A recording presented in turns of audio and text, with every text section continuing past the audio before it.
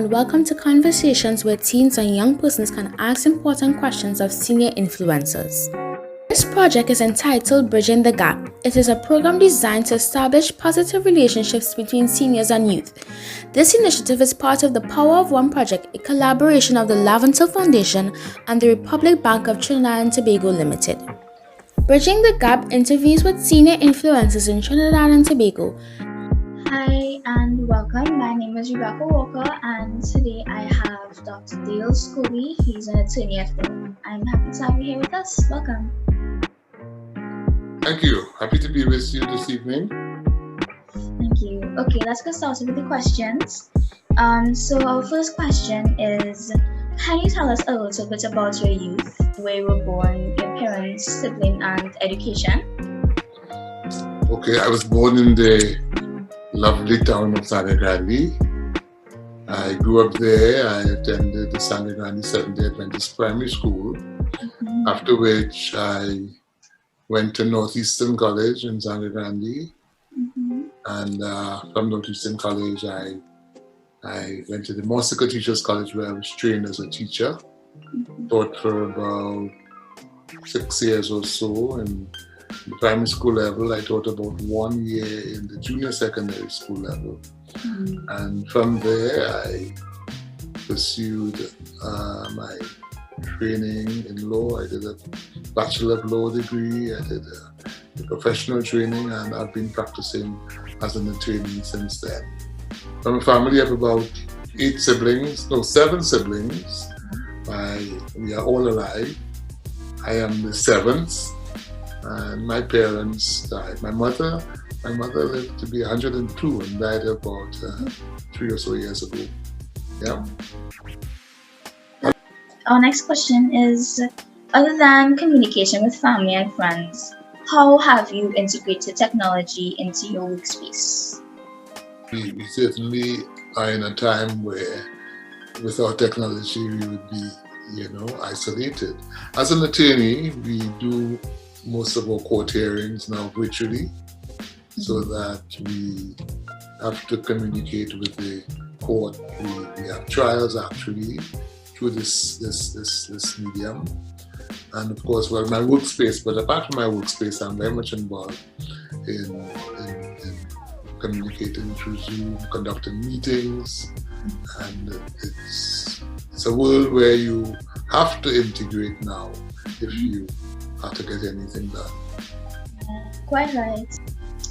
Our next question is, how can we improve, or how do you think we can improve relationships between the youth and senior citizens in Trinidad and Tobago?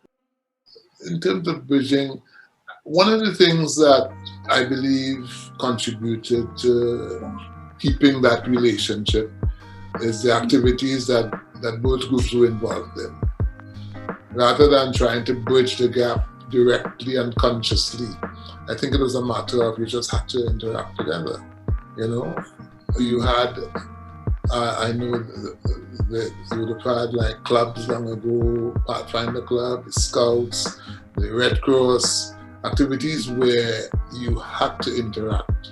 I remember camping, again, hiking,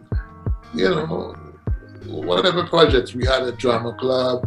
I remember in Sangre Grande, we had a club where it was a drama club, and you had to interact. Remember Mr. Neville de la Vestide, he was the playwright. And even in school with teachers, some of my teachers like Mr. Shalvi, Mr. William, and so on, took us to the theatre workshop. We did things together.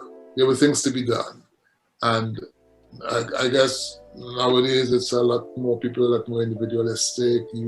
I guess the cell phone has impacted communication, right? But the more group activities you engaged in, the more projects you engaged in, you have to interact with each other. So I'm seeing the interaction, of course, going to church, in church as well, if you have those activities in church, if you have it in the community, a cricket club, those sort of activities, you have people of all different age groups you could have involved in. But when you become more individualistic, and it's more your cell phone and your friends and your Facebook and that sort of thing, it it sort of cuts down on the sharing activities that we used to have back then. So more community projects, more church projects, more, you name it, where you have people from different age groups participating. I think we need more of those. So do you think then that some senior citizens will be willing to conduct these activities online? Because especially in this age where having in-person connections is, illegal, would you say that many senior citizens would be willing to learn the technology to interact with, people? So, do you think many senior citizens would be willing to do that? Well, I guess if the opportunity is provided, and if the activity is sufficiently interesting, I guess it's a matter of, I know of online groups, and there are a couple of young people, but then depending on what you're getting together for, I guess young people have their own groups that they interact with, and it would be something that I believe the initiative will have to be taken to organize activities that, if young people themselves take the initiative to organize some activities and invite older folk. Yeah, older folk could contribute a lot in terms of, ideas, in terms of, what are the activities that both old and young enjoy? Some of the table games, I don't know if you play those games anymore. I remember learning to play chess. You play drafts, you play Scrabble, and you invite different. There are no age barriers where those activities are concerned. So I guess the technology has had the effect of bringing a sort of separation, yes, because the older folk are not naturally into the technology, so that it's a sort of case of being left behind. So I think your initiative is an excellent one in terms of, deliberately considering and planning ways where you could invite and, older folk to become involved. People wanted to cover them, although they had like concrete. They wanted to come at them and keep coming at them and keep being rejected. And one day they will surrender.